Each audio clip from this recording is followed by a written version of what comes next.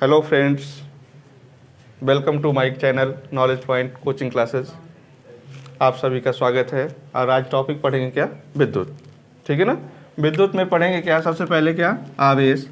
आवेश विद्युत आप पढ़ते हो ना, तो विद्युत में सबसे पहले क्या पढ़ते हो? विद्युत धारा। कई बार आपने सुना होगा ना विद्युत धारा। धारा क्या है? तो पहले सबसे पहले क्या जाने धारा के बारे में। धारा क्या है? देखिए, जब कोई चीज़ बहने लगती है, जैसे पानी बहने लगा ना तो जल धारा हो गई, हवा बहने लगी तो पवन धारा हो गई, दूध बहने लगा तो दूध की धारा हो गई। उसी तरह जब हमारा आवेश बहने लगता है तो क्या हो जाती है? विद्युत धारा। जब आवेश बहने लग जाता है तो क्या हो जाता है? विद्युत धारा। तो अब आवेश क्या है? आवेश क्या है इसको भी समझे भाई। आवेश हमने बहा तो दिया कि आवेश बह गया, अब कहाँ बह गया कुछ पता भी तो होना चाहिए, कहाँ बह गया, कैसे बहने लगा। तो हम क्या जानेंगे? परमाणु के बारे में। क्या जानेंगे? परमाणु में आपको पता है कि परमाणु में क्या होता है? केंद्र होता है। परमाणु में क्या होता है? केंद्र। और केंद्र में होते हैं क्या? प्रोटॉन और न्यूट्रॉन। और केंद्र के बाहर होते हैं क्या? इलेक्ट्रॉन। तो इलेक्ट्रॉनों का काम होता है क्या? आना जाना। जब ये किसी बाहर से क्या होता है, इनको ऊर्जा मिलती है तो ये क्या करते हैं? अपने परमाणु को छोड़ करके निकल जाते हैं या तो आ जाते हैं। जब ये आते जाते हैं तो इन गति करते हैं। आने जाने में क्या करेंगे? गति करेंगे। यही गति ही इनकी क्या कहलाती है? किसी पदार्थ से किसी परमाणु से इलेक्ट्रॉन के आने में या जाने में जो गति होती है वही क्या कहलाती है? ठीक है ना। इलेक्ट्रॉन आएगा तो क्या लेके आएगा? ऋण।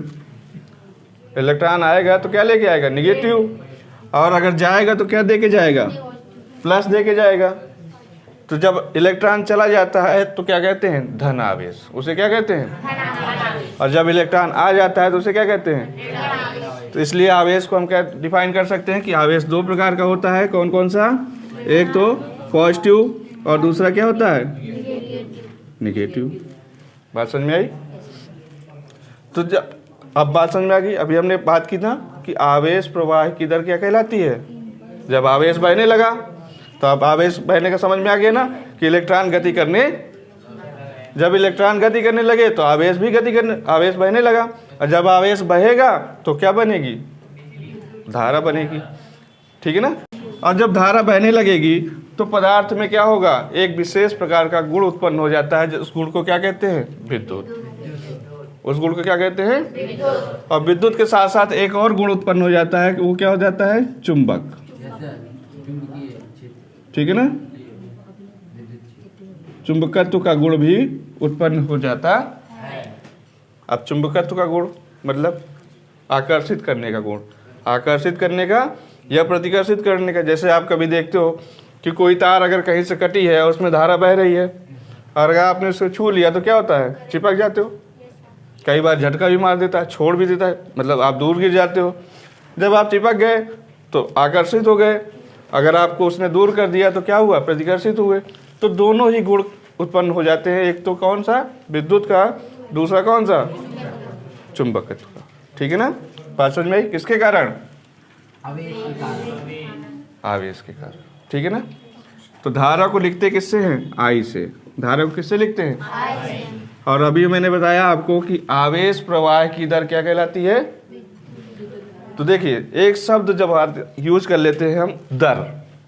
मैं ऐसा पढ़ते हो ना, दर। दर का मतलब क्या होता है? समय। दर का मतलब क्या होता है? तो आवेश प्रवाह की दर किसको बहाना है? ठीक है ना। यहाँ पे लिख लेते हैं आई इज इक्वल टू, आवेश बहने लगा। अब दर किस दर से बह रहा है, मतलब किस समय में बह रहा है? तो बटे टाइम। आवेश को अगर हम समय से भाग दे देंगे तो क्या बन जाएगा? धारा। ठीक है ना। सिंपल से शब्दों में कि आवेश बटे समय को क्या कहते हैं? कितने समय में कितना आवेश निकल गया, कितना आवेश बह गया या कितना आवेश प्रवाहित हो गया, वही क्या कहलाती है? आपकी धारा। यहाँ से देखो एक चीज़ और बन जाती है, Q is equal to I T. Q is equal to, अगर आपको आवेश नहीं सिंपल से समझ में आ रहा है तो आप यहाँ से बता सकते हो कि आवेश क्या है। कि धारा और समय का गुणनफल ही क्या कहलाता है? है ना। बीच में जब बीच में कोई चिन्ह नहीं होता तो क्या होता है, गुणा होता है कि नहीं। तो सीधी सी बात देखो, हम आसानी से किसी चीज़ का फार्मूले से भी उसकी क्या कर सकते हैं, परिभाषाएं बना सकते। परिभाषाएं याद करने की जरूरत नहीं होती, परिभाषाएं आसानी से बन सकती हैं, अगर बशर्ते आपको क्या पता होना चाहिए, उसका फार्मूला पता, ठीक है ना। जैसे I बराबर Q/T है, अब हमें नहीं पता तो क्या कह सकते हैं, Q को तो पता है ना आपको, Q को क्या कहते हैं, आवेश, और T को समय। आवेश बटे समय क्या कहलाता है, धारा। आवेश बटे समय क्या कहलाएगी। इसी तरह अगर हमें आवेश की परिभाषा चाहिए तो आवेश की परिभाषा हम यहाँ से दे सकते हैं, Q बराबर क्या होगा, IT, यानी कि धारा और समय का गुणनफल क्या कहलाता है, आवेश कहलाता है।